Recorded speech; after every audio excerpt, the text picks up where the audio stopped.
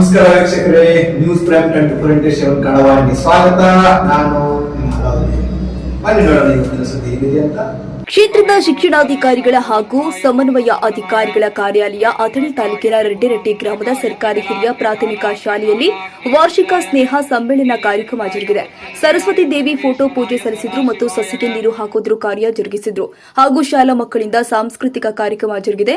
ಜಿಲ್ಲಾ ಮಟ್ಟಕ್ಕೆ ಆಯ್ಕೆಯಾದ ಮಕ್ಕಳಿಗೆ ಸನ್ಮಾನಿಸಲಾಗಿದೆ.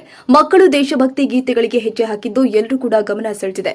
ಯಾವ ಖಾಸಗಿ ಶಾಲೆಗಳಿಗೆ ಕಮ್ಮಿ ಇಲ್ಲ ಎಂಬುವಂತೆ ಶಾಲೆಯಲ್ಲಿ ವರ್ಷಪೂರ್ತಿ ನಡೆದ ಕಾರ್ಯಕ್ರಮಗಳನ್ನು ವಾರ್ಷಿಕ ವರದಿಯಲ್ಲಿ ತಿಳಿಸಲಾಗಿದೆ.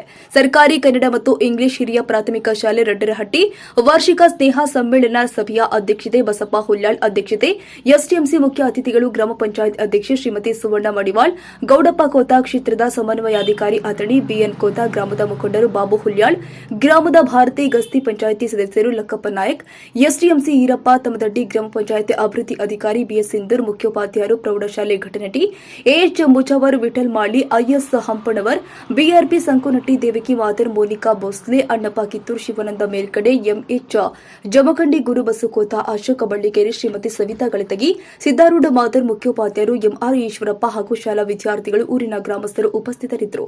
Lakkappa Nayak, News Prime Kannada.